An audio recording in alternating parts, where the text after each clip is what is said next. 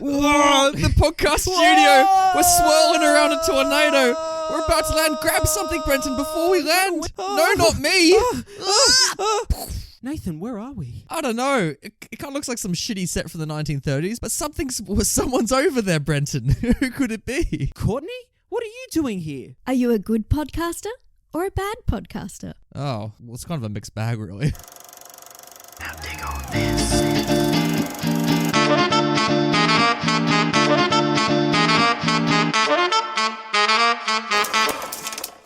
Welcome to Classic Movie Banter. You know that podcaster, well, not that podcaster, excuse me. He's fucking it up again. Another tally on the wall. It's been a tough week, guys. Just get my little chalk. But you know, we're that show where me, that guy Brenton, and that other guy across the table, Nathan. Hello. We talk about films that are 20 years or older. 20 years. 81 years in this case. Ooh. Oh, damn. 81. And we tell you, our lovely, lovely listeners, if those movies are still worth watching today, and more importantly, if it's worth inviting all your mates around on a Thursday night, popping that movie on, getting some snacks together and having a good time. Nathan, today's a special episode, It is, because it? Brenton doesn't have any mates to invite around, so he's had to fall back on what's left, which is his family. His immediate family, per se. And, you know, the one who drew the short straw out of all of them is his eldest sister. Courtney, how you... My elder sister, Courtney, is on the show today. Welcome, Courtney. Thank you. It's great to be here. What an intro. Oh, is it though? Like, is it good? Is it great to be here? None of our guests have ever said it's great to be here. No, I don't think we've ever said that, to be honest. It's like we're having like a shitty family dinner and you're like, I guess this fills the stomach, you know, like it's all right. Like I won't be hungry after this, but yeah, man, it's like, you know, Courtney and I, our mum, oh god, I'm gonna shit on my mum. Our mum has interest in cooking sometimes. Whoa. And like as this dish that we personally don't like, it's like apricot chicken, but it's usually on nights that like the whole fam's around, you know what I mean? Okay. So she'll cook the apricot chicken, and it's that what you were just summing up. It's just like, is this a good time? You know, the family's around, we're all having some good banter, but you know, the food's just terrible. That's why you talk so much, because you just don't want to eat it. Well, that's right. We actually had like a lot of extra bread on the side, and we kept buttering it and, you know, eating that instead. So that's the extra filler there. Welcome to the bread of podcasting. We love your mum. But Nathan, what is our bread and butter today? Oh, our bread and butter. Brenton, we're a week away from Halloween. To celebrate Halloween, for a very long time, you've consistently brought up Return to Oz as, you know, a staple of your childhood. You know, some people say going outdoors, you have Return to Oz. Well, Courtney's freaking out. She's like, wait, did I watch the right movie? I was like, hang on a second. We're just fuck with Courtney, tell her the wrong Oz. I knew there was a trick to this. Because like Courtney can vouch for this. We watched Return to Oz when I was pretty young, and it scared the living shit out of me. Oh my gosh, it's creepy as anything. Those, like, what is it? The wheelies or the wheelers? I can't remember what they're called. The wheelers, those fucking wheelers. I brought it up on the show many a time, so it's nice to have someone finally back up, you know, my opinions on this show. You know what I mean, Nathan? I'm glad you got your sister to do that. But there were certain things that made me feel sick when I was watching them, and those wheelers, those weird things that used to just screech along, that was one of them. Like, I actually felt sick in the stomach watching that. Ooh. That's how bad it is. Well, Nathan's going to find all out about that very soon. That's next week. Before we could do Return to Oz, we had to start at the beginning and do the prequel, the prequel to Return to Oz. Like, what the fuck am I talking about? Yeah, the prequel, the Hobbit to this Return to Oz, you know, like, as it were. Yeah, because Return to Oz is the magnum opus. Obviously. No, we're talking The Wizard of Oz. This weird movie that I hadn't actually heard of before. It's called The Wizard of Oz. It was released in 1939. Is this the oldest, or was King Kong older? I have a funny feeling King Kong was older. I think King Kong from memory was... Oh, wait. Let me look it up. It feels older. Ugh. Trivia moment here. No, it was 33. There you go. Yeah, so no, Nathan. You can't make that claim, unfortunately. But yeah, it's still pretty old though, and it's obviously it's The Wizard of Oz. It was directed by Victor Fleming mainly, but King Vidor, or Vidor, I'm not sure. Vido Water himself. Yeah.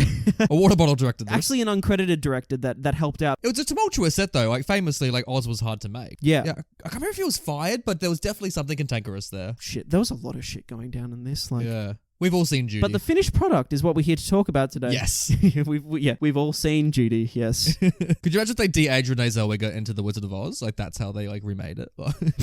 Just put her head like a child's body just going through Oz. Yeah, they MCU her. They bloody Star Wars her. They Samuel L. Jackson her. Oh, yeah, bloody, just de-aging. What is it, Captain Marvel? Yeah. Oh, man. What have we become? Courtney, I've got a question for you, though. Seeing as you are the guest, can you please pitch me The Wizard of Oz? Can you pitch me the movie? Have you ever had a concussion? Have you ever been knocked out? Then this is the film for you. So basically, we're going to get a natural disaster and we're going to film that. Imagine the effects we can use to create that. We want to go to extremes here. So it's just a simple young girl living her life. Her family's just trying to farm, just trying to make the best of what they've got. And she's like, no, I want more. Surely there's more to life than this. And it actually is a bit sad because she is an orphan and she doesn't really have a sense of belonging. She gets a letter from an owl. By chucking a cyclone at her. So basically, the cyclone rips through Kansas, which is where we're going to set it. And get this, it's going to be all in black and white. So you think you know what you're going to get. You think it's going to be a movie in black and white, the classic thing we're used to seeing. And then bam, she's picked up by the cyclone, house lands, we're in colour. Close your eyes, picture that. Who would have seen it coming? What? Holy shit.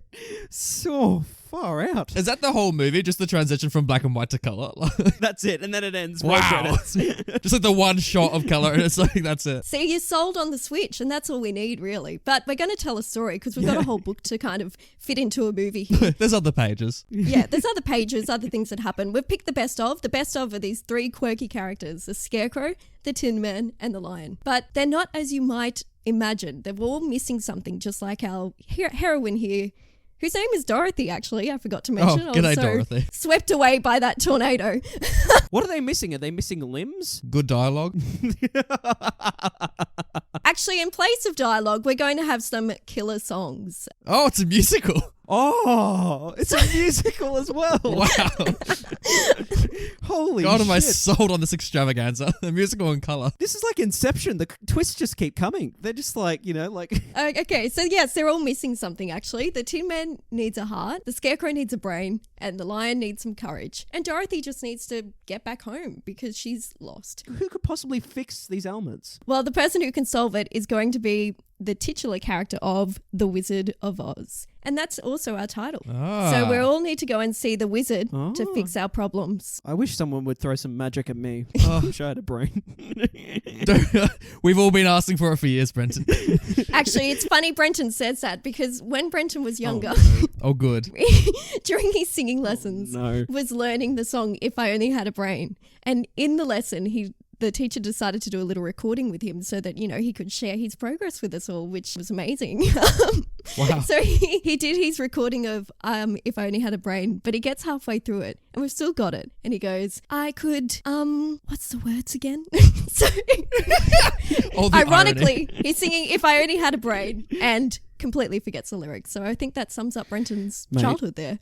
Oh, thanks, Court. Hey, you know what? We've still got that recording. I might in some post production, we might insert that into that sounds like so much work. You should because it's a banger. Courtney's describing it, but it's really It's like a 9-year-old really just fuck up, and you're just like, come on. Yeah, and then the teacher, the recording finishes with the teacher like cacking herself, like laughing her head off. It's like, you idiot. The next lyric is the name of the song. It's like, come on. Pretty much, hey. But hey, great pitch. Thanks. I'm glad I sold it to you. You two recently watched this together, which was a really nice family bonding exercise. How was that for you today? Yeah, well, don't assume, Nathan. It was horrible. No. It was good. I can't believe we had to spend that long watching a movie together. Did you two, was the last movie you two saw together, was it Cats? As in going to the cinema? Yeah, I think it might have been. It was Tom Hooper's Cats. What a step up. Look how far we've come. We've really set the bar high, so anything we watched after that was going to be incredible, blow us away. Courtney, sometimes we will review a film on the podcast, on the show, and then we'll go away, and if I really like it, I'll be like, Courtney, we should watch this. And I said this to you, Nathan, a while back, that we actually watched The Apartment together, which is probably our film of the year. Oh yeah, that's so right. far. Yeah. Yeah, and Courtney wasn't a big fan. She wasn't as big a fan of. She said it was solid. She said it was a solid effort, but we loved it, right? And she was like, yeah, it's good. Yeah, we did. Yeah, I wasn't swept off, I wasn't blown away by it, but I thought it was really good. good. Oh, there you go. You weren't blown away like Dorothy Gale, am I right? Tell me about it. You know me with the segues. Just give me some space and I'm off. But Brenton, funnily enough, the two films that were sort of on rotation a lot as we were growing up, and I don't know what this says about us and our family, but it was Cats, the musical, because our younger sister was absolutely obsessed with it, and The Wizard of Oz. There were two films that were kind of constantly going. If only they would cross over, finally. Dorothy's walking through like the Cats place and she's like, I need to get the fuck out of here. Toto barks at them all. Here's some musical theatre nerdiness for you guys. The crossover is real. No, it's not. There's been a new edition of the stage show of The Wizard of Oz that came out a few years ago because Andrew Lloyd Webber, who wrote Cats the Musical, got the rights. That's true. And redid The Wizard of Oz. So I quote from Andrew Lloyd Webber, he could get his name on one of the greatest songs of all time, which is Somewhere Over the Rainbow. So he did this new production of it, wrote some new orchestrations, did some new shit, just so he could get his name on that song. And that's the production of The Wizard of Oz that now plays around the world. Oh, boo. The crossover happened to Nathan, you just weren't there. Jesus, could you imagine? It's like Dorothy finds the wizard and all the smoke and mirrors vanish. It's just bloody like Rebel Wilson on like a little push bike, just pedaling away. I don't need that. Toto's just changed into like Rebel Wilson as Jenny Any Dots, just fucking like licking herself. Christ, I didn't want Cats to make it in here, Brenton. But you know, like Miss Gulch would take Toto away and it'd be like, good, please kill him. Don't drop these character names on me like I know what they mean. Like. Hey guys, we should probably talk about the movie. Yeah, we should. Courtney brought up a good point because like that's kind of our context with how we came across this great famous movie. Nathan, where did you come across The Wizard of Oz? Because obviously you've seen this before. Yeah, this would have been like early days. Like, I think like my grandma and grandpa like, this will do, and they probably put that on the TV. Like, I'm talking like like 4 or 5 years old, like that young. Yeah, and I remember loving it as a kid. I think I would have seen this film maybe like 5-6 times or something like that. So yeah, like, right. you know the story to death, and like, yeah, I haven't seen it for a very long time. I think since I was a kid. Same. I've seen subsequent Oz work since. So I've seen obviously Return. I've seen bloody James Franco dancing about with Sam Raimi and Oz the Great and Powerful. Oh, that's right. yeah. So I've seen a couple other. We've seen Emerald City. I know what that says. Oh, God. We've seen a couple other Oz-related works. Yeah, it's been a while. And it's so weird because like watching this again, I'm like, oh yeah, it's Wizard of Oz. It's like watching a film, back to front. I tell you, I was shocked to find when Courtney and I sat down to watch this again that it was an hour 40 because as a child, remembering as a child, like I did enjoy it as a child. Yeah. Don't get me wrong. Like the first like third of this movie, I was really into when we meet all those characters. But there's a point in the movie that it used to just tank for me, and I used to get so bored. And it felt like a 2.5 hour film, but watching it now, it's like an hour and 40 minutes. Like, what? Oh, thank God. Courtney, what did you used to think about it as a kid? Was it one of your faves? Were you a huge fan? Yeah, actually, I remember really loving it. I think maybe I'm a bit biased because, I've had the experience of watching the movie, but also I've always performed in this particular show. Like, name drop. Settle down. Settle down. Stop that. Settle down. But it has meant that, like, it kind of like, it's always sort of followed me along this movie. Yeah. But yeah, so because of that, I've always sort of come back to it and like, rewatched it or revisited it, and it's always stayed with me. I've always loved Somewhere Over the Rainbow, the song itself. Have you always had reverence for this world? Have you always like felt like a real like admiration for this world? Like in the same way like you'd feel about Hogwarts, like, oh Oz, if only I could go there, like do you believe in it and all that? I don't know. I don't think I ever was like, yes, I want to live in that world because, I don't really particularly enjoy having apples thrown at my head, so. Yeah. So, you don't want to buy some real estate there. It wouldn't go well. Yeah, exactly. No, but I think maybe in a way for the element of hope within the movie and the element of like searching for yourself, I guess, which is kind of throughout the whole film, I think. And I think that's something I've always related to and connected with and enjoyed about it. And also that it is a bit quirky. Like those characters are a bit, they're so quirky. They're not your normal like kids characters, cuddle up with this teddy bear character, it's like a man made of tin. And, a cowardly lion, they're pretty left of field. So I think... And that's Scarecrow's on acid, so, yeah. like, it's pretty... Yeah. Well, that's the thing. I remember reading an interview with the original author, I'm forgetting his name, but he said he wanted to invent an American fairy tale that didn't use elements from other fairy tales when he wrote this. Interesting, yeah. L. Frank Baum, I think, is the name of the author of the original work. Yeah. The only thing we really get from that is the wizard and witches. That's really kind of it. You could argue that Munchkins are surrogates for dwarfs, but, like, it's kind of that's like the only kind of thing that's there. Yeah, it's an interesting world. I'll give it that. It's an interesting world. Courtney's right. It uses those fairy tale elements of like, you think of those old fairy tales, not necessarily the Disney reinterpretations that makes that fantasy, the dark elements of those stories drifts over that, or just like tries to scoop it to one side. Whereas like, this world is dark. You have a man made of tin that wants a heart. You've got a scarecrow that wants a fucking brain, and you've got a lion that's got no like these are characters that are just like, there's dark elements there. Let alone the fact that a 16-year-old like murders a witch, like just like murders someone before she, like, when she enters this world, whoa. like through death's door, you know what I mean? Like, but it's funny because like the movie never really acknowledges it. It's like, it's so sing-songy, and so like, I always like to think of this movie as like pantomime the movie almost. It's like you're almost waiting for like them to kind of lean into like the camera and go, can you see the witch? It's got elements of that, but I think I agree with Court in the sense of like, whilst it goes to those places, and obviously this is a movie from 39 and it's made, you look at the period it's been made in as well, like, World War II's happening and people want to go to a nice place, they want to experience something nice and fun, so you can see that, but at the same time,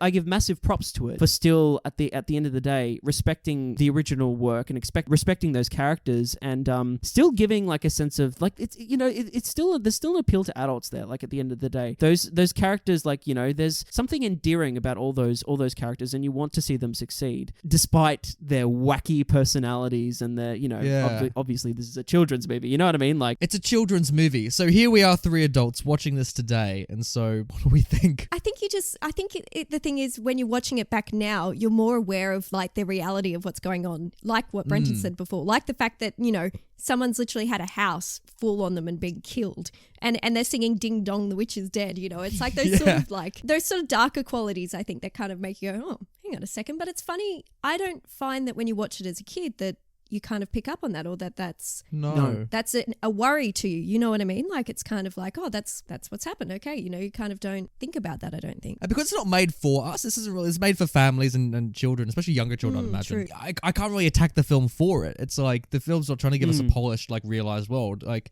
and because we know leaning into spoiler territories, it's so easy just to dismiss all of this because what happens at the end of all the holes that could exist in it. Why would you? Like, why would you attack it for that? So like, you kind of just, that's it. You're just there. The film blatantly says you're just here for a ride. So why not join it? Like, on the back of that, getting to the actual film, I'll segue again and I'll talk about some specific technical elements. The way that it achieves like this level of storytelling, I think is still like, one of the comments I made to Courtney when we were watching, I was like, damn, it still looks good, doesn't it? The film itself, like the production value behind it still holds up today, and the way it was filmed and the way that the camera, like there was some camera movement in there. I was shocked, like, on the farm at the start, like the camera was like going left and right. It was dollying behind Aunt Em and Dorothy, and I was like, whoa, this camera's moving. This is insane. It's just suddenly like goes into all these Dutch angles, just like, whoa.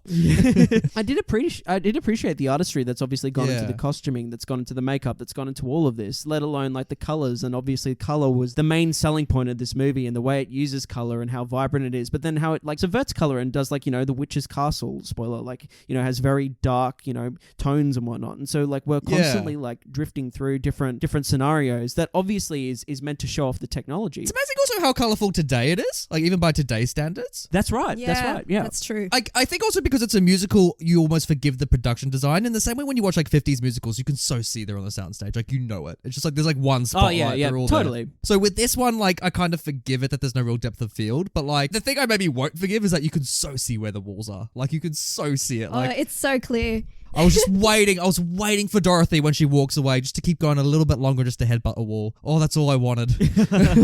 It's funny you said that because Courtney said the exact same thing when we watched it. I did, yeah. I was like, and splat. And she drops everything. Oh, that'd be great. There's got to be an outtake with Judy Garland doing it, right? Like... Oh, there's got to be. Yeah, it's just got a little head bump. The makeup team's on it. Like, I did it again. Sorry. Oh gosh, sorry. Would the dog ever get confused? You reckon Toto would have actually sprint towards it, like not knowing? That dog notices a lot. Like, it's so funny when you watch the dog just in the scenes, and it'll like be walking. So like the scarecrow introduction, it'll be walking along, and it'll just stop in its track and be like, "There's a weird looking man on a stake, and I don't know what to do." It'll just be like, and there's lots of moments of that in the movie where Toto's just like, "What? Why am I here? Why is a lion holding on to me? Like what?" It's that thing, isn't it? Yeah, they do like spin-off movies of like from different characters' perspectives. I want like the Toto story, just like a whole like movie where he's like it's just from his perspective. A Toto story. Yeah. But it's that thing, isn't it, though? Like when you put like an animal or something like that into a movie, like it's just, you can't take your eyes off it because it's just real. It's actually reacting to the things that are happening, and you can't you can't write that. So you're just watching an actual, like, the real in the moment reactions to things, and it's way more entertaining than a scarecrow sometimes, prancing around. Apparently. That's an interesting point because, like, the dog is probably the most naturalistic performance in the film. Like, if we're being completely... Can we talk a little bit about Dorothy? Because I got some things to say. Yeah, of course. Also, because we know Judy Garland's story, it's so fucking famous. So, like, you want to give her those props. Like, like the shit she had to go through for this. Like, so I can't... So, and also, it's a child performance, so you got to give that into account as well. So, like, I don't want to shit on it in that regard. But even without, like, Judy's interpretation, good Lord, Dorothy is so vacant and ghostly in this. Like, something's definitely not right with Dorothy from the get-go, right? I think, I wonder if it comes from that element of, like, not that, the movie stands on its own, obviously, from the books all the time, but she is 12 years old in the book, isn't she? Yeah. So it's kind of like they're playing with that thing of, like, a performance of a character that's written as, like, a 12-year-old, so there's that associated naive quality to it, and she's, obviously not 12 years old. What would she be in this, 16? 16, I think she was. Which is a bit of a jump, when you're growing up, so... Yeah. For me, like, I get what you're saying, Nathan. I get that there's a bit of a vacancy there, and there's a bit of a, there's that She's whimsy just doe-eyed the whole time, just like, what? but at the same time, I'll give it props because, like, obviously, like you said, we know what she went through, but not only that, like, it's a different time, it's a different style of acting. Like, it's more of a classical kind of interpretation of this, like, larger than life quality that she has, and it's probably like, I get that you're playing that, like, it could almost be argued that she's playing a state through this thing, like that she's in this state of whimsy, like whoa, like everything's just like so surprising, everything's so shocking. Yeah, but at the same time, she has moments in this movie that she has like powerful like emotional resonance. You know what I mean? Yeah. Like, there's moments that like as a 16-year-old you're like, holy shit, like Judy's going there. You know what I mean? Yeah. Like, but it's also that thing as well where like she becomes best friends with them after like one conversation. It's like, come on, lady, like we need a little bit more development. look, I hear you, but for some reason, we'll get into this in the spoilers, but like there's moments that like when you have those final moments with those characters, it still fucking hit me. You know what I mean? Like it still got me. Like despite I agree totally with what you said, Nathan, but despite all that, it's doing something right because it's still hitting an emotional chord in me. You know what I mean? So I can't really put that down to necessarily the performances, but I guess it's more the storytelling and the themes in this movie and how they're kind of expressed. And even though some of them are really obvious, like like these guys all need these things, but they already kind of have them, and that's kind of what the movie is getting at. They've already got what they needed, and Dorothy already has what she needed. If you just believe, just need to learn the lesson. Yeah, you know what I mean? Like she already had what she needed, and she just needed to kind of come of age and reach the end of that journey and move on and kind of embrace life. But it's still, those themes are strong enough and they're expressed through the film, even though sometimes it's a bit obvious. It will hit a chord, and it obviously hits chords with kids, but like as an adult, I was like, shit, this is getting to me. You know what I mean? Those end points of the film. And I guess if she was knowing, it wouldn't make sense that she goes on this journey, or that she needs to sort of learn the lessons that she learns through the movie, Like if she didn't have that sort of, airy, whimsical quality, you wouldn't buy much of the movie, because it is, the movie itself, it becomes so whimsical and so far-fetched, that you need someone journeying through that, I think, that's open to it, It kind of, I thought of like Alice in Wonderland going down what does she go down? The rabbit hole. Rabbit hole. I was going to say well, and I was like, hang on, I'm confusing something there. What's that? Yeah. What's that old lassie? Alice has fallen down the well. What? Oh, just leave her there. Oh, shit. What's that, lassie? Where's Alice? She's gone down the well. Oh, no. The final moments of Alice as she's drowning in the well. Jeez. But she, so I guess you kind of need that sort of, that curious nature and that openness to the experience. And then, it gives her the space to learn by the end. Granted, Nathan, if there was an actor today that was playing that role, it would be a totally different performance. Oh yeah, like it would be so like, and it's funny as well because like narratively, she kind of learns her lesson really early on. Like the second she like comes back from like the professor's little caravan, she knows like to stay home and like all that kind of shit. The whole movie is like her holding that. She arrives. Oh, she knows she has to go back home. Like she's just completed her arc. It's just her about just getting there. Yeah, it's an interesting point actually. Or it's more about the three side characters having arcs. Dorothy's just kind of tagging along, just kind of like, I'll leave whenever you want. Like I'm tagging along for this little thing. Like, she's gone into Uber pool. You got these three other blokes. She's like, I guess I'll get off when I get to my stop. Like, That's it. Well, Courtney and I had a discussion, like a mini discussion through the film. Well, like, because Courtney kind of brought up this point. She was like, you know, what's Dorothy actually after? You know what I mean? Like, what's she need? And I was like, well, is it necessarily home? Like, is it to get back to? Is it more like accepting herself, or is it more accepting family? Like, we're kind of umming and ahhing about it, and I don't know if it was necessarily answered by the end of it. Court, do you have any thoughts on that? I kind of kept thinking about it after we had that little chat while we were watching it. But yeah, I think I kind of started to think more about this idea of a sense of belonging for her. Like maybe, you know, obviously it's a coming of age thing and that's represented by the idea of I've got to go home. But, you know, we also don't stay in that home as it is for the rest of our lives, you know. So no. I don't know. I think more maybe it's a sense of like just finding, you know, this sounds strange, but a home within herself, you know, like she needs to find those qualities within her and within her life where she can belong because she might be feeling lost because she has been an orphan. She doesn't really have a job at the farm. She doesn't really have anything that she's doing, you know. So just on the dole, yeah, just waiting to be picked up. You offer nothing, Dorothy. That's why we're not going to let you into the storm cellar. Just fucking stay in the storm and just die. Also, she fucks up a lot of that farm. Like, you know, she's fallen into the pig pen. Right? Just like, what are you doing, lady? Just like, come on. Also, she's pretty stupid at points as well at that farm. Yeah, and Courtney made a good point. Courtney was like, wait, but Toto did at the end of the day bite someone. You know what I mean? Like, it was to complete negligence. You don't just let some dog off. Oh, by the way, speaking of biting, can we acknowledge that like Dorothy threatens to bite? Like the woman who takes away Toto. Yeah, she does. I'm like, you got issues there, lady. Like, come on. I will bite you too. It reminds me of that.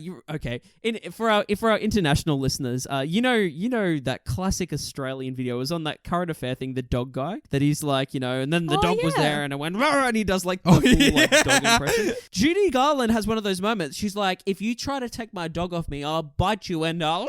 I don't know. I was just waiting for Dorothy just to like shiv him or something. Just like yeah. But you know how you said like let's see a spin-off movie of Toto. I want to see a spin-off movie of Miss Gulch and just like the shit she experienced. She's like, guys, this dog like keeps biting me. Like it is a rabid animal that is like it's so funny that as is well. Just being because like they set up the Toto can bite, so you're like, oh, is he gonna bite again? Maybe that's that's what he's contributing to the story. Nope.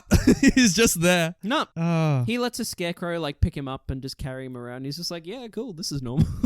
I'm so glad you brought all this up because it segues into me shitting on things kind of mood. Okay, something I really want to attack is the costume design. Oh, really? And I'll tell you why. Okay, good. So much of this is iconic, right? Like what Dorothy's wearing, the Munchkins, a lot of it's good. But the costume I really want to shit on is everything about Glenda right now. Glenda in this movie genuinely looks as though she's walked out of a children's like costume store and they just gave her like the fairy dress.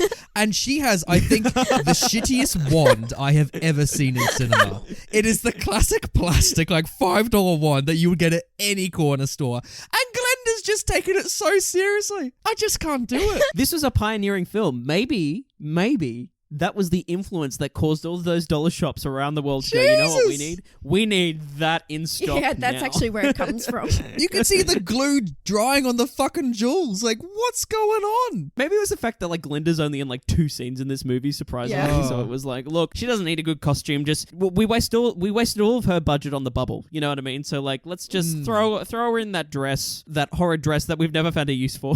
Like, speaking of Glenda, this is something we probably should bring up because it's so popular. Did Wicked inform this viewing of Oz? Whenever I watch The Wizard of Oz and we bring the Wicked argument into it, I always just think it just doesn't hold up because you're watching The Wizard of Oz and it's like, because we get such a backstory for Elphaba, the Wicked Witch of the West in Wicked. Is that meant to be stuff like Alphabet? Is that where they got the name from? I have no idea, dude. Like, I read it at some point and I can't even remember. Jeez. But like, because if you're looking at Wicked, it's like Fiyero, who is the Scarecrow, and like, you know, Bok, who's the Tin Man, and all these characters, they all know each other. They all grew up together and they just never fucking acknowledge it. You know what I mean? Like, Fiyero is always like, oh, and the Wicked Witch of the West like loves Fiyero, the Scarecrow, and keeps trying to set him on fire at any point she can. Maybe it's a kink. Maybe it's like a kink that they have. Maybe they're just like, set me on fire. Oh, put me out quick. Jeez. Yeah, okay, so it didn't affect you. That's good to know. Yeah, no, I think I can keep it pretty separate. Yeah. Can you imagine though, like, because again, like the two witches are like best mates or whatever, and she's like, "Don't give her your slippers." It's like, bitch, I'm your best friend. Like, give them to me. Like, I just want the slippers. Like, I did write this down that when she first goes into Oz, the movie starts off with 3 women fighting over shoes. I'm like, really? Like, really? Come on. Like, I know it's 1939, but come on. Oh man, That just doesn't hold up. Like, I never thought about that. it's just. and what sister? Like, they find out their sister's dead, and is like, I'm just gonna pull her shoes off her cold corpse. You know what I mean? and take them away. How freaky is it when those feet like bend over backwards and like go under the house too? It's just what are we watching? I was more scared of her sock selection. I mean, like that was just like They don't match the slippers. That's very, very apparent. You know what else I noticed watching this again? Like, there's a lot of narrative padding in this. Like, you know the story so well by this point. There's so much shit I just forgot. Yeah. And musicals are very guilty. A lot of them are where they just throw in a song to pad it out. Like, or the song isn't really justified. They're like, this is not just an Oz problem. This is a musical problem. But especially with this one, there's also scenes that aren't musical related. I'm like, why is this here? Or there's conflicts introduced that just get immediately resolved with like a click of the fingers. And I'm like, why are we here? You are not wrong. Look, for me, like if we're being critical on the movie, the thing I'd be most critical is actually the pacing. And like you said, Nathan, there's massive padding in sections of this. For me as a kid, and for me watching it again, the thing that just doesn't need to be there for me is the lion's second song, the If I Were King of the Forest. It's like we're there to meet the wizard, and then we have to like wait outside while he sings this character song, which we already know that he wants. And like, it's not a bad song or anything, but we need to get to like well into like the climax of the second act at that point. You know what I mean? And that just like drops it completely. We need to meet the wizard at that point, and we're just like, again, we're stopped outside another door. We can't get in, so we're going to sing about him wanting to have courage. And then we get in there, and like the scene once we get to the wizard's good. But then I know what you mean, Nathan. There's a bunch of just like rando scenes that are just there for the sake of kind of being there, for the sake of character interaction, which doesn't actually build character or anything. No. It's just there for some fun. It's kind of like that whole bit from that Surrender Dorothy moment, like that when the witch is painting Surrender Dorothy in the sky through to going through to meet the wizard. I always remember clocking out at that point as a kid, and just kind of being like, okay. I love that. The witch just doing some graffiti in the sky, like. But Courtney brought up a good point. She was like, Courtney goes to me, what does that achieve? Like, what does that do? Like, like... I could get so easy into the witch's actions in this movie. They're just dumb. She's just dumb. And it's so funny as well, because like her performance is so iconic. When you hear the witch's voice, she's like, like, you can't fault it. It's like, that actress made that role just so iconic with everything that she says. But at the same time, you look at what the witch physically does, and I'm like, are you trying to stop him? Like, what's the goal here, lady? Like, we don't even know why. Like, sure, like Dorothy killed her sister, which obviously you can clearly see Dorothy couldn't control. Like, if you saw a house land on it, like, there's no steering wheel in the house that Dorothy's like, fuck this witch, I'm gonna crush her. Like, I don't get it. She's just wicked for the sake of being wicked. When I'm thinking just like, this movie and like, like getting to the point of like, would I still give it a thumbs up? Yeah, we should rate it. You're fond of me lobster, ain't you? Yeah, when I get to that third act, I think that the third act and like, whilst it is kind of like, because we spend so much time in that second act, the third act is kind of rushed a bit, but I think it's good. That's the pacing it needed to stay at the whole time. Yeah. So that means that like, I think it ends on a strong note. She does take the lessons she's learned and like moves on. So for me, the whole end of the movie ends on a real strong note, and it's just a shame for me that those padded sections were there, because I think that if you didn't have those there and it just like kept at the same tempo, maybe get rid of another 10 minutes, it'd be a really, really basically perfect movie. Yeah. So all that being said though, like I said, it still connected with me at the end. It was probably like one of my favorite viewings of the film. It was so nice to just return to it and be like, I actually enjoyed that viewing more so than when I watched it like 50 times as a kid. So for me, I would still recommend it. Like getting a bunch of friends together and being like, let's watch The Wizard of Oz and see if it still holds up, and just like not only reminisce, but like still like watch as an adult and still actually like learn the lessons and learn the things it's actually going for, as opposed to just being like, that scarecrow is on acid and it's hilarious. For me, I was like, this was kind of like the Avatar of their day. You know what I mean? Jesus. But it pushes the technology forward. It's like, it's something that you have to go to the cinema to see. Does it have narrative issues? Yes. Does it like play to stereotypes sometimes? Yes. But at the end of the day, you just care about Jake Sully and live in the trees. It's the Avatar of the 30s. What about you, Court? Yeah, look, I definitely agree. I would give it a thumbs up. I think there's obviously issues there in terms of pacing, in terms of, a couple of weak script moments and things like that. But I think overall it is a really great, just classic movie. And I think that the themes hold up. The performances match what the movie's going for, I think. I think obviously it's, as you said before, a bit pantomimey and, everything's a little bit extravagant. But I think it suits the, spoiler, I guess, the dream world and the dreamlike quality of what it is. And then she can take those lessons back to the real world, and take those, and make something magic out of her actual real life, and take what she's learned in the dreamland back to the real world. And I was just thinking when Brenton was saying that before, maybe you're right. Maybe she does start to learn a bit of the lesson as she's running home. And, the dream kind of like helps her feel that out, because when we think about the timing of it, she gets knocked out and goes on this big adventure to really nut out the lessons there, and then comes back, and it's not necessarily that long after that she's running home to be like, oh no,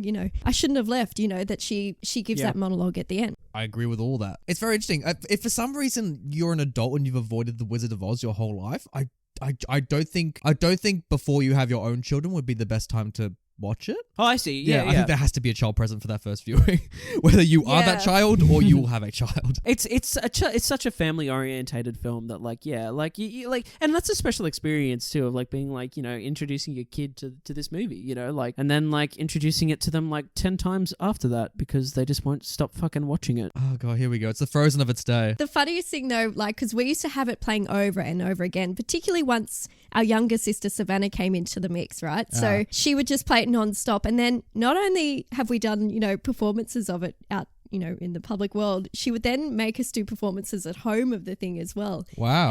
And just try and orchestrate everybody to like, we had a babysitter for a little while, and she'd make her dress up as a Tin Man, and that's amazing. Try to relive everything. I could just see that the two of you dressed up, just being like, are we even getting like union wages for this? Just like yeah, I know. Exactly. Right? We're like far out.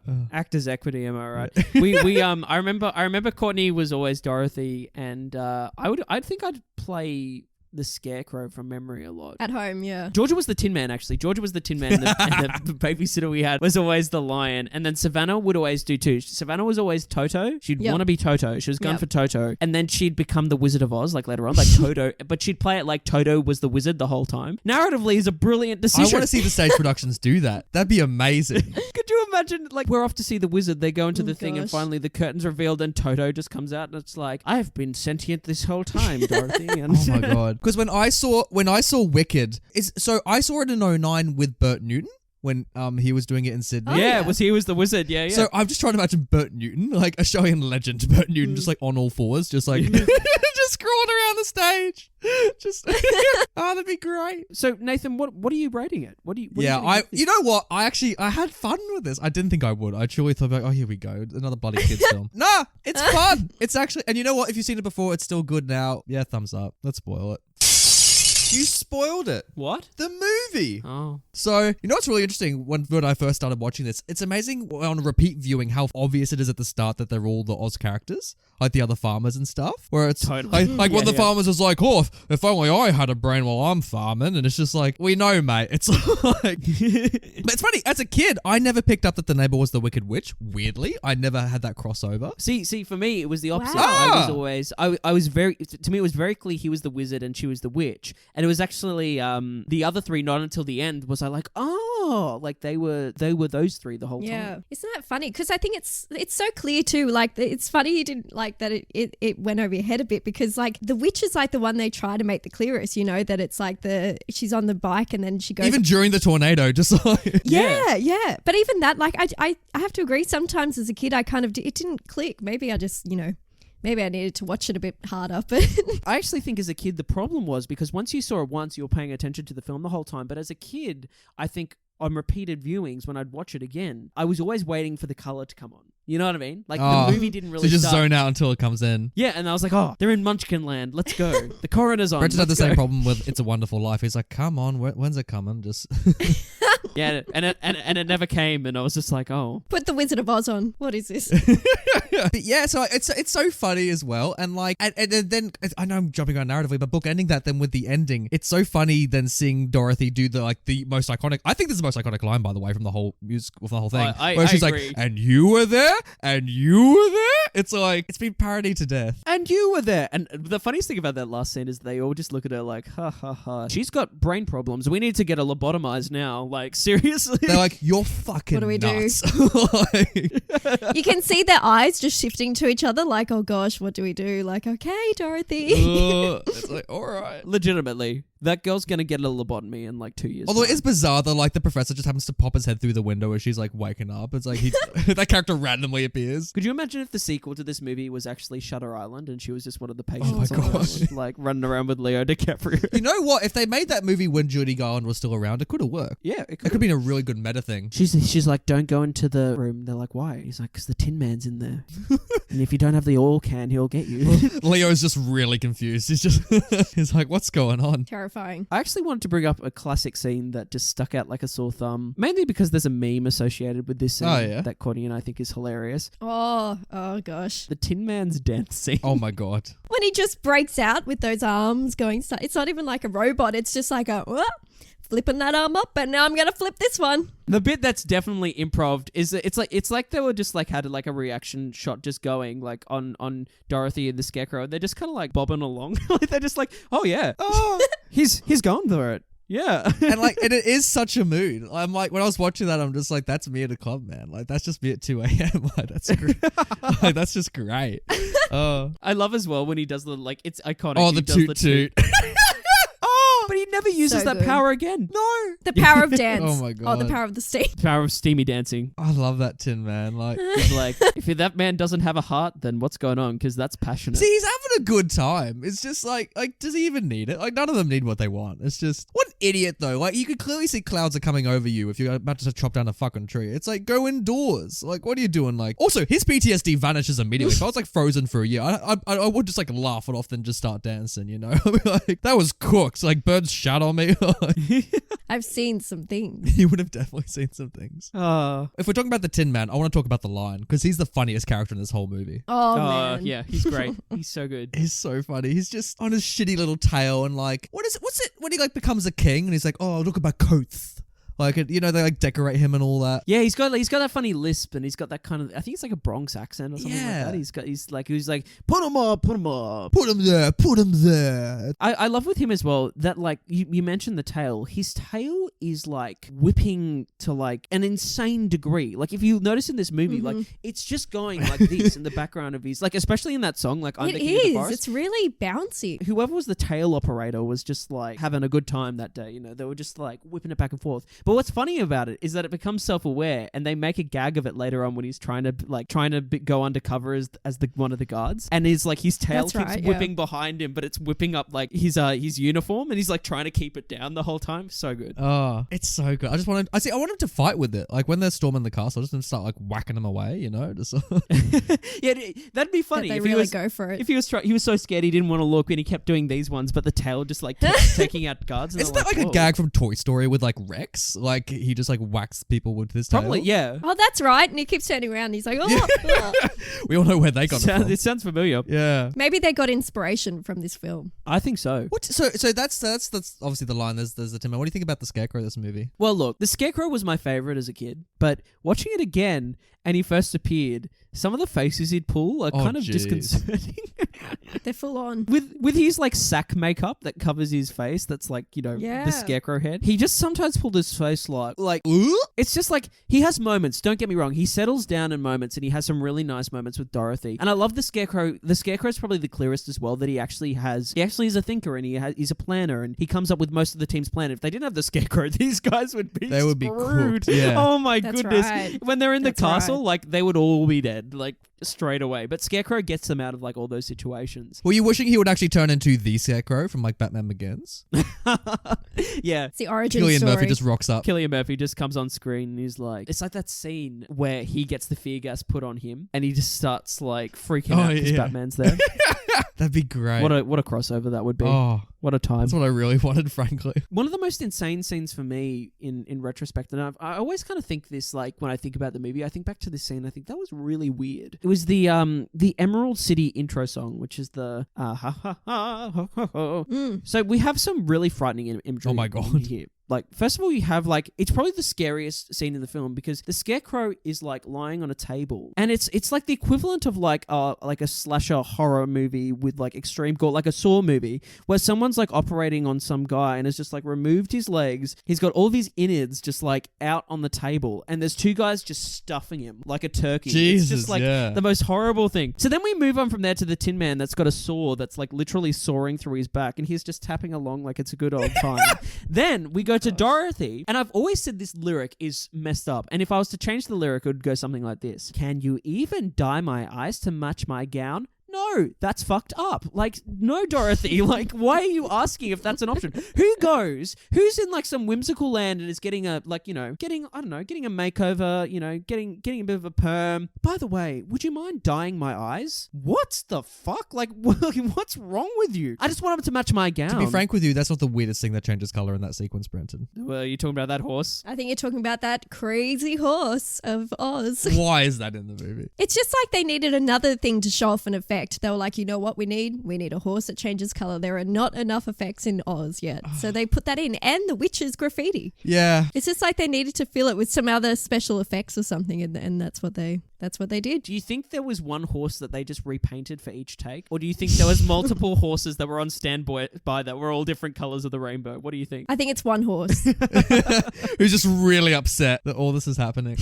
Oh, the poor horse. I know, right? Poor horse. But as a kid, would you see this and be like, I want that horse? You know? Was that like... I gotta say, I remember the horse as a kid and I thought the horse was cool. Oh, did you? I always thought it was a bit weird. I was always a bit Brenton, like, you're being weird. It's not my bag. I was a weird kid. I used to think it looked cool when it was orange. I was like, that orange horse looks like, you know... It's kind of like the colors of highlighters, you know what I mean? You get like the full pack, like the purple, the orange, and the green highlighters, and you're just it's like, ooh, which one's my favorite? Ooh, I'll use this one all the time. That's me with my stationery back in the day. Really? Brenton loved his stationery. Oh yeah, I was full on with stationery. Oh, did you ever have those like huge fuck off books that had like 500 pens in them or whatever it was? Like, no, I would have if I knew about that. But I always had textures and pens in different color, like the pens that actually smell. Oh, you know, they're so cool. I don't know if you remember those gel pens, and they had like the scent to them. I used to be like, oh yeah, here I go. It's a pen. You just write with it. Why would you smell it? It's just weird. Like, oh, Brenton, you just don't understand. Okay, you don't understand. That makes me really hope, Court, that like if you're working in an office that like you still have them, and just like between like meetings, you're just sniffing a pen, just. Oh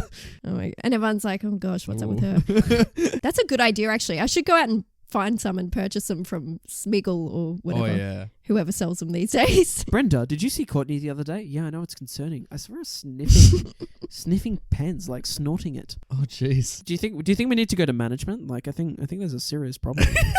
I just like smelly pens. Maybe we need to do an intervention. Did you like the scratch and sniff stickers? Thank you. That's literally what I was about to ask. Yeah. Yeah. Sorry, man. Sorry. Oh, yeah. Great minds think alike. We both love them. Because also that's what Middlebrook would also give us back in the day. She'd have a collection. That's right. Totally. You'd get a free scratch and sniff sticker in your diary. And in memory, like, what a weird thing. You'd scratch it and you'd sniff it and you'd be like, oh, how cool. Like, it smells different. But it never smelled good, you know what I mean? Oh, there were some that did. Oh, what there flavors? Was a lime one. I remember that was really good. There was like a really good lime one. But like, I remember because I remember those because like for listeners, we had a drama teacher used to give them out like on the cuff. Like she was the only one who did it, and like I remember being because she'd do it so rarely. I used to be really angry when she'd run out because she frequently did, and so other kids would get it in the class, but then I wouldn't just because I was further back in the line. I remember feeling so shitty about that. Oh no! I'd come home like Veruca Salt, just being like, "Daddy, I want these stickers," and like for some reason my parents couldn't find them. It was just a school thing. Oh no, Nathan, it's okay. We'll find you some stickers. It'll be okay. I think they stopped them. Actually, I heard a rumor that they was what? Some kid probably had some fucking allergic reaction to the lime one. They were like, "Oh, this smells good," or that one of them snorted the sticker like up their nose, and they were. Can you imagine the problems that would happen with those? Speaking of problems, oh yeah, let's talk about. Can we talk a little bit about Munchkinland? Because I got a few things to say. Sure, go for it, buddy. Because like it's funny because it's so iconic. Like you know, she rocks up. She says the most famous line in the movie, which is, you know, we're not in Kansas anymore. And I'm like, really, what gave it away? Was it the fucking mushrooms? But she walks around and like suddenly this like swarm of like munchkins like come in, right? And they're singing and dancing. I don't know about you? I'd be horrified if that happened. It's pretty freaky. It's the fact that they come up from, like, they were already surrounded her. Like, if maybe, like, what if Glinda gave the kill order and then just suddenly, like, that army, like, just suddenly whipped out their rifles and, like, ran at her with the bayonets. Just, like, reaching out with her hand as, like, they're all jumping on top of her, like, oh. Munchkins, attack! Oh, I would love to see, like, Lord of the Rings style, like, the monkeys versus Munchkins, just, like, two armies going at it, like, that'd be great. Goodness, yeah. What a time. But, like, do you think the Munchkin song goes on a little bit too long? Because there's a lot to it. Yeah, I agree. That was like it felt like that was like 20 minutes of the movie. Was that like there was a song after song of Munchkin Land. Speaking of, Courtney, I was going to get your opinion on this. There's some fantastic, like, we didn't talk about the music, the iconic songs that are in this film. Oh, yeah. You mentioned, obviously, I think Somewhere Over the Rainbow is the song of the film. But Court, any other musical moments that you were just like got you excited? I don't know. There's always like a buzz in my step when I hear "We're Off to See the Wizard." Yeah. I don't know why. It's just like, I think it's just a great tune, and it's always a song that brings them all together. You know what I mean? Yeah. And it's always sort of the segue song, I guess. So I think that one's really great. I think when you hear it, you know, you feel like you're skipping along with them, you know, and off you go. And yeah, I think it's just like, it's kind of like the glue that holds them together as they go off. And also the Emerald City, the song in the Emerald City, the yeah, I think that's a great song too, because what I love about the Emerald City, and I love in the book that they all wear glasses, like, to get into the Emerald City, you know, and I think it's the same in Wicked. So the original concept is that, like, you know, it's actually not this perfect, brilliant city, much like the Wizard, you know, and they have to put the glasses on to make everything look like emeralds, basically, which I think is always a great, which I think is like really interesting. It's all like some elaborate AR. It's not even there. Yeah. Smart glasses, just... Yeah, that's it. That's if it was remade today. That's what we'd be. That's what it would be. You'd put them on and you'd catch like Diglets in the corner. You'd be like, oh gosh, like let's get it. So yeah, I think that's a great tune too, because I think it highlights just the like how ridiculous it is. Like Brenton was saying earlier, like all this stuff they get done and all the things that kind of represent perfection, you know, and then it ends up being, you know, the whole city is run by this wizard who isn't anything like what he says he is. He doesn't have any powers. He can't provide anything in that way. So yeah, I love those two. That's always been a great twist, isn't it? That the wizard is a con man, you know? And it's Toto that reveals it. Yeah. Totally. The most natural actor of them all. It's one of my favorite lines in the movie is, never mind the man behind the curtain. It's great. Like, that's such a good line. It's a great moment, isn't it? And he's just like, oop. His eyes just go so wide. It's a concerning moment when he's like, that's a good line as well, but I'll get to it. When they all just like start ganging up on him, like Scarecrow's like, you humbug, and they're all like, yeah, like screw you, let's chop him up, let's draw and quarter him. But one of my favorite lines in the movie is actually when he's all like, Dorothy just turns on him as well. She's like, you're a very bad man. And he's like, no, I'm a very good man. I'm just a very, very bad wizard. And it's like, it's such a good line. Such a good line. Oh, I'm going to do that next time I like break up with the girl. Just like, you know, she's like, you're a bad person. I'm like, no, I'm just a bad boyfriend, you know? Just... I'm a very good person. I'm just a very bad boyfriend. Bye. Get in your bloody hot air balloon and take off. That's how I exit every relationship. I just got them ready to go, you know? Nathan, come back. I can't. I don't know how it works. Bye. That is great. I love how he's like flailing about in the balloon just as it's flying off. Just no clue what he's doing. If I had to talk about a scene from this movie, I'd talk about, again, I mentioned it before, but man, the goodbye to the three characters is just, oh man. She sells it as well. A lot of Judy that's a lot on Judy Garland. That's what I mean. Yeah. That's all Judy. Like, and it's those guys as well. And like, you know, like you said, Nathan, these relationships, they don't spend much time establishing them. They're established through the song Courtney said, we're off to see the wizard, and like their separate songs.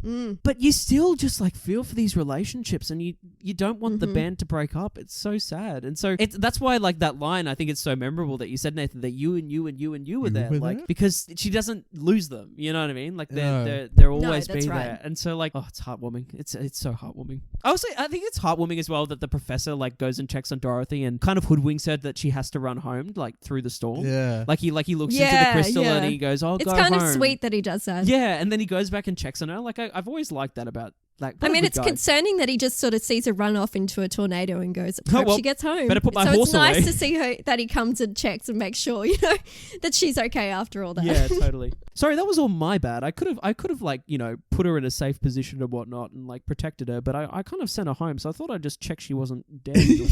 I wasn't going to prison for manslaughter. I didn't like. Oh, he's a bad bloke. Just like looking to my crystal balls. He's like, what does he take? Like her family photo? It's like, what are you going to do with that, mate? Yeah, like, he does the the classic. Well, I don't know if it's the classic. I mean, like, I'm not a fortune teller, but I imagine he just rifles through some possession. Is there a wedding ring? Is there like a photo that I can? Oh, there's a white picket fence that I saw in that photo. I love how gullible Dorothy is, though. She's like, that's right. That's my auntie Emily. How did you know that? That's her name. Like, it's so good. It's amazing. But yeah, I always think that's endearing about that character, and strangely, because you relate those characters to their counterparts, like in Oz, it makes the wizard, despite him being a bad person, he's still strangely endearing. Like, you know what I mean? Like, you still kind of feel for the guy that he's like. He's a guy who doesn't know what he's doing, but you kind of like him for it. No, but they're all a bit like that, you know. It's kind of in keeping with the whole thing, and all of it, you know. It's just life, you know. It's just people trying to do their best, and you know, they've got. It's funny that, like, you know, what they most want to be seen as or desire, as we've said, they've already got within them, or they've already got an element of that within them if they just, you know, if they just realized it and connected with that and went on their merry ways. So I think he ties into the same idea, and he's in a position seemingly of power, you know, in the dream story, you know. Courtney blew my mind during the movie as well, because I said all these characters have counterparts, like in Oz, and the only one was Glinda, and I was like, who's Glinda? Like, why is Glinda not anyone? Oh. And then Courtney said something that just like blew my mind during the movie, and I was like, oh, and it like made me recontextualize the whole thing. It's the mum, right? It's a mum, yeah, that's right. Because she's an orphan. I mean, I guess it's not really overly established in the movie, is it? It's like, you know that she's living with Aunt Em and Uncle Henry and all that sort of thing, and it's never really like, oh, you know, I don't know. It's never mentioned that she's an orphan, so maybe it's easy to miss. But yeah, I think that's her mother figure. And yeah, I just never thought of that. She said it, and I was just like, whoa, they're both redheads. Whoa, and then I was just like, oh gosh. You have the eyes of your mother. Dorothy's holding like the resurrection stone. She's like, does it hurt? And she's like, not in a bubble. Like, it'd be great. Walk into the forest. I was thinking that the last scene she rocks up, you just see what's that bubble on the horizon? Oh gosh. It's Mummy. Oh, you have your eyes like your mother. There's like a little Snape lurking in the background. It'd be great. Just there's a story there waiting to be told. So good. We've got so many ways to branch off this movie for collabs with other movies. So it's been a great session. There really has. There's one final big moment that we haven't really talked about that I really want to before we move on, and it is the witch's castle and that whole sequence. Because there's another famous moment in this movie we haven't talked about. Oh yeah, the melting. What a world! What a world! I love that line. What a world! What a world! What a world! It's just she can't conquer it. You know, it's just like funny as well because like she has to say like a paragraph worth of dialogue as she's melting. Like she's just chewing through lines. Like I was loving her work. Do you reckon there was like a lift contraption or something that she was going down? She's like, right, you have to get the lines out before you're completely gone. So just keep trying. And like every time she's like, guys, I can't do this. We have to cut some lines. No lines will be cut. They're all integral to the character. And what's even more funny is that everyone just kind of stands there all just watching. Yeah, they're all just like, oh, who knew? Okay. So if water melts you, sure. It's like I love that line as well. It's like you liquidated her. I'm like, I don't think that's what liquidating means, but they broke her up as a company.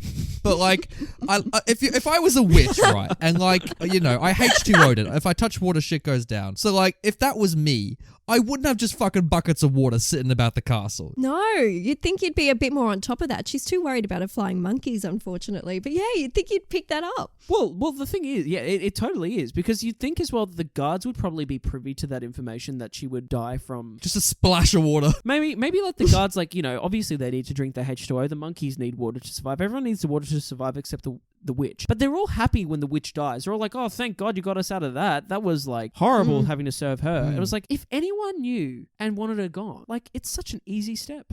I don't know why they didn't do it. To be honest with you, out of all that, the most thing I found the most outlandish is that when they first go into the woods to take down the witch, the weapons they're given to take out the witch. And I wrote all them down because they're given a wrench, a hammer, a gun, and a butterfly net. I had never noticed a gun. I had never noticed that he has a little gun on him. He has a little revolver. I said to Courtney, whoa, the scarecrow. I said to Courtney, the scarecrow's carrying. Why would you give the guy without a brain the guns? It's like, What's ridiculous is that like none of those objects like help them in the fight that ensues, like between the monkeys and them. Like the scarecrow doesn't even pop off one shot. He's just like he's just in pieces, just popping caps, just like yeah, what's up? Just he's just shooting down monkeys. Turns into what do you call it? The Man with No Name trilogy, and he just starts like shooting like all the monkeys. Have a real Mexican standoff. I would love that. Just like CGI in like the Tin Man, like for the three of them. Just like So I guess we should get onto some special. Yeah, we should. We probably should. Special segment. Ooh, so special. The first segment that we're doing today is, did these characters learn the true meaning of Christmas? Now, for Courtney and our new listeners, this segment on the show pops up every now and then. And it's basically, the idea of it is not specific to Christmas, but it's, did these characters learn like the moral lesson of the movie? Courtney, what do you think? This whole segment just reminds me of in the Polar Express, with the bell, whether or not they can ring the bell and still hear it. That's all that's in my mind at the moment. Tom Hanks is ringing a bell as she wakes up. Like, yeah. Who can hear the bell ringing? And it ties in with ding dong. I think they did learn the true meaning of Christmas. The only one who didn't and could be seen as the Scrooge of the movie, I guess, is the Wicked Witch of the West. Apart from that, I think the rest of the Christmas of the characters did learn the meaning of Christmas. And also Auntie M. I'm not sure about her. I think what's interesting about the witch and Gulch that you kind of mentioned there was like, everyone's kind of happy at the end of this movie that obviously Dorothy's alive and she didn't die from the tornado. But second of all, like, Gulch is going to come back for the dog. Like, Toto's a dead dog. Like, there's no way that Toto doesn't survive. Like, she has a warrant from the sheriff to like take that dog and liquefy it, as they say. So, like, I like, it's not really going to be a happy ending eventually. So Gulch will get her revenge at some point, but we don't get to see that. But yeah, I agree, Courtney. I think they did learn the true meaning of Christmas. Well, okay, then let me pose another question to you guys. If you were the protagonist of these stories, would you rather be a Dorothy and go into Oz, or would you rather you guys write as you are go into Oz, or would you rather do the other famous version of this story, which is Wonderland? Would you rather be the Alice figure and go into Wonderland? Like, which world, Oz or Wonderland, would be better to go into? I think Oz. I agree. I think Wonderland is just a bit too, like, we said this was a bit kooky.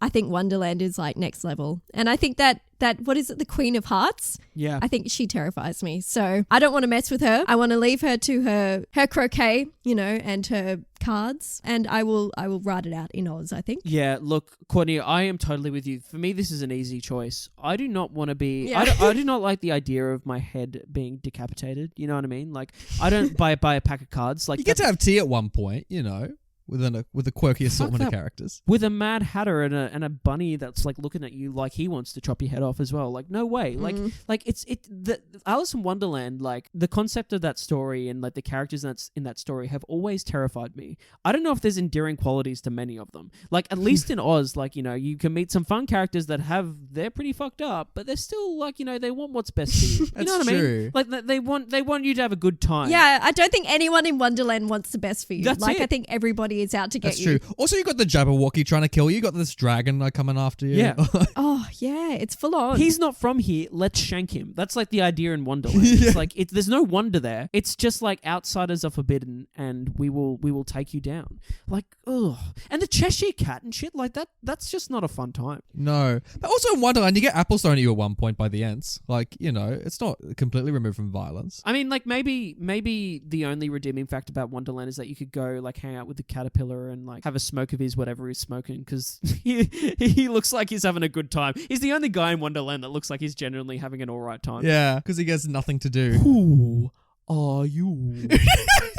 He's an asshole as well. Like, oh, it'd be fun to hang out with Anne Hathaway in a little white dress, like just. Okay, would it ever be fun to hang out with Anne Hathaway? I'm sorry, but like really? Oh, I don't think she deserves the hate she's given.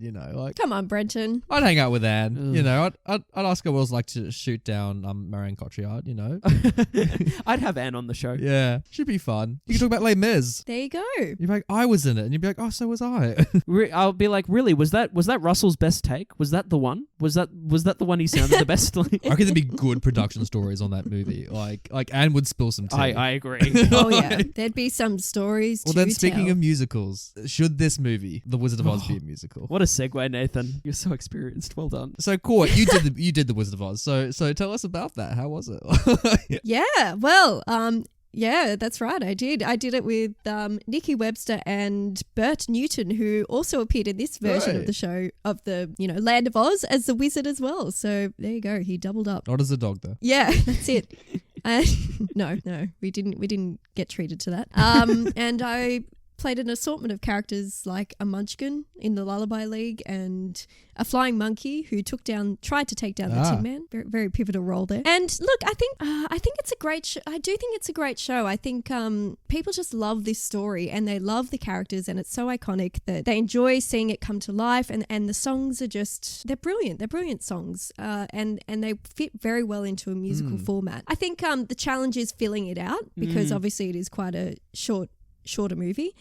So you have to add more things in. I think there's like the jitterbug in the musical and things like that. At least in the version we did. I think Lloyd Webber's version's different again. But so I think the challenge would be to fill it out a bit more, and it's interesting to see if that extra time kind of works. But there's so much theatricality about the movie that I think it's fun to play with on stage as well. Is it better on stage? Do you think this IP fits the stage better than a cinema? I don't know. I think the movie's always going to outdo the stage replica. I think just because it's such a classic movie, it's like if someone said let's remake the movie, it's kind of like, I don't know if you need to touch it, because it's been such an iconic film. So yeah, I think it does work and I think it can be enjoyable. Courtney, would you say that it would work better as like a one-act musical, like a 90-minute show? Yeah, maybe that's the solution. Maybe the solution is not try to do it as 2 acts, keep it as 1 act. Cut down Wicked, cut down Wizard, do it as a double bill. Yeah, do it in like the Cursed Child format. Oh God, don't get us started on the Cursed Child. One night we'll see Wizard of Oz, one night we'll see Wicked. Have you seen Cursed Child? No, I haven't seen it. No, we've read it. We've read that. We've all read it though. We've all read I've read it. Lunch. Yeah, we've all read the trolley lady scene. We've all been there. We've all. Oh gosh. It's full on. It's just... I can't believe that thing's 4 acts. Jesus. Hey, I was just going to say on the back of the musical thing that I think the problem with making it into a stage show, and don't get me wrong, I saw Courtney's production back in the day when I was like 5 or whatever, and I had a great time. It was so cool as a kid to see it live on stage, to see these characters come to life and be like a few rows from you and be like, oh, it's like the movie but on stage. But I think that there lies the problem. Is that the problem with it is that like that stage show is always trying to recreate what the film's doing. You know what I mean? They're just trying to recreate those scenes because they're iconic from the movie. It never has its own voice. It never does its own real thing. Like, yeah, it fleshes it out and there's extra songs and things and there's extra scenes. But it's all under the umbrella of what this film has done before. So for me, the film is always where it's going to be at, and it's always that story, this version of those songs and whatnot were all written and are all meant to be in this movie. So I think if you want the iconic experience, you go for the movie. But if you want to get out, have some fun, see the show live, like, you probably have a good time as well. What do you think, Nathan? I don't know, because I've never seen it. It's hard for me to comment on it because I've never seen Wizard of Oz live. Yeah. I know, watching this, I feel like this material's kind of designed, especially kind of like school musicals. I feel like this is just so ripe for it. Yeah. Like, especially because the Munchkins are so easy to get kids to do that. Just like, imagine like a junior school musical doing Wizard. It's because it's so narratively thin, I kind of don't want to see it as a musical. Like, well, that's right. That's the issue with it, is that like you can't really flesh it out, because to flesh it out would be to take away from just the point of it, I guess, unless you start to turn to the book and create something new, But then you come into that issue of trying to write songs that go alongside, these iconic songs, which are, Somewhere Over the Rainbow. So everybody loves that song, you know what I mean? So you're doing that age-old problem of trying to flesh it out and put material in that fits it when it's, not written in the same time and in the same context and all that sort of thing. So I think it's a challenge. I think a lot of people would still appreciate it though, because as Brenton said, you take the family along and you're seeing this journey live on stage in front of you. So it's a different experience again, but I think the movie will always be stronger. Speaking of strong, shall we get into what stills this movie?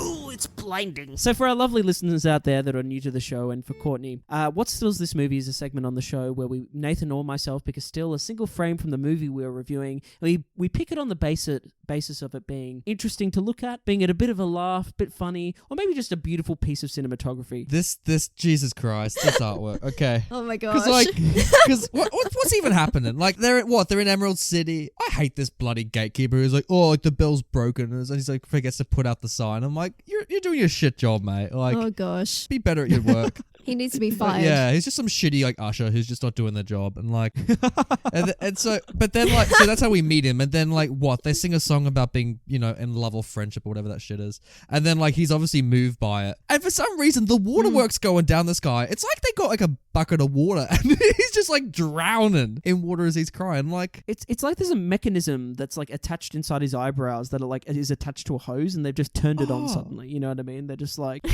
and that's probably why he's crying more. So it's like, oh my gosh, why did they do that to me? Just come in. I can't deal with it anymore. It's my close up. It's my close up. Come on. But that's the thing. The guy would have taken his whole family to like the premiere back in the 40s and be like, that's me. And, like, you know, he would be dancing over it. It's the way it goes down the mow as well. Like it goes down the sides of the mows, dripping off it. So gross. But what gets me isn't this is the same actor that plays the wizard, right? Yeah. So for some reason, the guy who's playing the wizard is his random other, like... He plays like 5 people in this. Yeah, he's the one that with the horse, I think, as well, you know, that takes him along. They're just going to hire any more extras. Like, oh, you're not doing anything. Yeah, that's it. But I wonder that. I'm like, is he meant to be the wizard? Is it the wizard there? And he just realizes all his failings in that moment. I like to think it is the wizard, and he's like, he's the gatekeeper. He's like all these things and whatnot. And he's like, everyone's like, we want to see the wizard. And he's like, well, you can't see him. Why? Did you see him? No, but I got a funny feeling that he doesn't want to see anyone because he's a fraud. Oh. I don't know if you guys have seen Avatar: The Last Airbender. This is such a deep cut. But like there's an episode where like they stumble upon a town and this one guy literally does all the jobs. Like so they'll go to like an inn, he'll be like the innkeeper, then they'll go to a hotel, he's also running the hotel, and like they'll go to the grocery stores and he's like the guy at the counter. And he's just like, yeah, do all the jobs. So like that's what he's doing in Oz. Yeah. That's it. He's keeping his kingdom together around him, I think. I want to see other world leaders doing this, frankly, you know? Yeah, totally. You go to the polling booths, they're there. Just you're at customs. You're coming into the country, and they're just there like, don't ring the bell. Like, what are you talking about? Yeah, yeah. Landed like a flight. There's like Scott Morrison behind the gate. He's like, look, we're really low on staff. Just like, I gotta let some people in. Just hey guys, should we look at this movie's poster? Yeah, let's do it. Brenton. Yes. Let's look at this film's poster. But is it art? I gotta say, we've looked at some old movie posters, and they're usually pretty good. This is not what I was expecting. You know what I mean? Because like the video case of like the re-releases, you know, the remasters of this film always have the iconic shot of them skipping off towards the Emerald City as the poster. But the original theatrical poster has got it all going on. It looks like a children's book cover, doesn't it? Like yeah, it does actually. Little drawings down the side, you know. Oh, and along the bottom. I love that it's got the song list. Like it's got songs, and it's got like the list of songs. Over the Rainbow, If I Only Had a Brain, We're All Off to See the Wizard. Like it's so antiquated. I like for general exhibition, you know, G-rated. Biggest sensation since Snow White. Which was, by the way, only released 2 years before this. Gosh. The artistry of like all the main characters is interesting as well. What on earth are these facial expressions? Like, what is the lion pulling? Like, what emotion is going through the cowardly lion right now? Like, that's like headshot. That's like he thought he was getting his headshot taken. Like if you were in Oz right now and you were swiping Tinder, that's the photo that would come up the cowardly lion. You know what I mean? It'd be like, it is a bit promiscuous, isn't it? Just like, it looks like the Tin Man's trying to pout, but he doesn't know how to pout. Totally. He's just got those creepy eyes going. But Nathan, the one I want to draw attention to, and I will do this on Instagram for this week, is look at the Scarecrow's facial expression. Does he remind you of anyone? He looks like someone who's like choffing, like, Well, I'd say, Nathan, have you looked in the mirror lately? Because like this is dead set how you. dare you? Oh my gosh. He looks nothing like you in the movie, but on this poster, we have promo shots for the show that like you're pulling that same facial expression. Am I really? Like it's spot on. Oh It's my gosh. I'm so insulted by this. This is literally the worst thing you've said to me on air. I'm so sorry. But I have to say it because that's See, you thought it would be from the family stories, but it's actually from the podcasters over here. Yeah, here's me hoping. All right, look, if you can find the photo, sure, put it up side by side, and I'll take it all back. It's spot on. It's bizarre. It just looks. Exactly He looks as though he's seen like a family member fuck up and like they're about to get in trouble. He's like, oh, here we go. like you know, a sibling's like spilt the cookie jar, and he's like, oh, they're about to get fucked up. Like that's the kind of face he's pulling. Like, what's the wizard doing as well? He's like, seeing a ghost, the wizard in this one. It doesn't even look like him. Doesn't look like him at all. No. It's like some weird porcelain cutout. Like, yeah. It's that moment where he gets caught. It's like that moment where he opens the curtain. He's like, whoa, like, you know, that Toto catches him. I think that's what they're going for. So do we think this is a good poster? no. I've just got one question. Oh. Who is and what is the underneath the Tin Man, the illustration? That's a young Cruella de Vil just hanging out. Who is that meant to be? Yeah, I have no idea. Is it meant to be just like a person in Emerald City? Well, maybe, she's got a or- basket. Is it Dorothy? It must be Dorothy, right? Like, Is it Dorothy? Maybe it's Dorothy. that's a very different Dorothy. I feel like they just got like the concept design and they're like, we'll put on the poster, I guess. Yeah. And maybe that's, you're right. Maybe that's what it is. Look, I do like that this poster looks like a storybook. But yeah, Nathan, you said no to it. You wouldn't hang this on your wall? I don't think if I had friends come around, they'd be like, why you got this on your wall? Like, I don't think it'd be appropriate, frankly. I don't think I could sleep in the same house as that Tin Man staring at me. You know what I mean? Like, no, God, no. I would not have this. I know how you fix this poster, though. Actually, you do. And you know why they haven't used it, because you just had the shot of Emerald City. That's what this poster should be, right? Like, the more walking towards it. Yeah, I think so. Yeah, it should just be basically what they use now. Yeah. Yeah, totally. They've fixed it since. We don't have to do anything. Well, let's have a look at the title. Ooh, it's the title. Was The Wizard of Oz in The Wizard of Oz? Yeah, but it's funny because, like, if I didn't know what this movie was about, the whole movie would be like, where's the fucking wizard? I want him to rock up at, like, end of first act latest. I'd be like, come on. Like, and he better be casting some spells. Actually, yeah, 1 star, doesn't even use magic. Nah. Don't like it. He's not even a wizard, Nathan. He's not. No. It would have been, you know what? It would have been more appropriate to call this The Witch of Oz because she features more prominently. Like, she's the main antagonist. Oh, I don't think you can change this title. It's too good. Like, it's such a good title. The Wizard of Oz. Like, just gets you going. You just want to watch it. You're like, oh, what's that? Who's the Wizard of Oz? What's Oz? Australia? There's wizards in Australia. That's what Brenton said today, just as he's sitting down to watch the movie. Ooh, what's this? Yeah, he had no idea. What house is that wizard in? You know, is he in Gryffindor? Is he? What house? I always roll my eyes whenever you hear like those like Australian like references. It's like, welcome to the land of Oz. It's like, we're not the Emerald City. It's like it's the most obvious like metaphor you can make. Like, come on. Yeah. Hey guys, should we pass the power to the people? Yeah, let's do it. Pass it here. What? The power to the people. So if you go over to the website Rotten Tomatoes, you'll find the tomato meter. And on the tomato meter, you'll notice that this film sits at a pretty 98% with a critical consensus and an audience score of 89%, which is surprisingly, I thought that's pretty low. Like, I thought it would be like they'd both be in the 90s, but it's still pretty high on both accords. Yeah.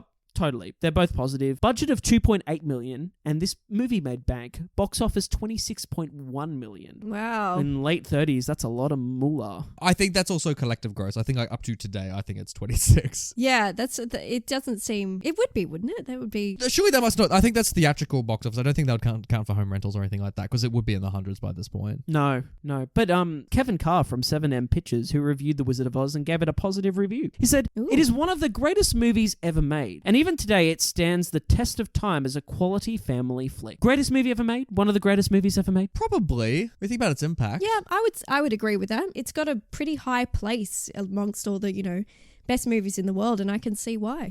There's a lot that it changed, and there's a lot that it kind of led the way in, I read a statistic that I think 3/4 of the world has seen The Wizard of Oz or something like that. Wow. Is that right? That's a lot of people. I think it's culturally, it's so universal in its themes. Yeah, totally. It's so universal. Everything about it. The themes, the songs, hook you as well. So, yeah, I can see why. And that's when I kind of want to see more radical interpretations of Wizard of Oz. Like, I want to see a K-pop version or just to see what people do. I love radical interpretations of shit. Like, I want to see the weird kind of totally out of left center stuff. Stephanie Mary from the Washington Post. She says the result is quite stunning and a lot less gimmicky than it could have been. Well, okay, put it this way. The gimmick of the movie is that it changes to color, right? And I still think that holds up. I think it's a great choice creatively, and I think it's not just done as the gimmick, you know what I mean? I'd say that the gimmicks stand up. Yeah, it's funny because in the Oz James Franco one, it comes across as a gimmick because when Oz and Great and Powerful, they go from... Oh, really? I don't know if you've seen it, but in that one... I haven't seen it, no. They literally recreate it in the sense of when Oz arrives first in Oz, it goes from black and white to color. Right.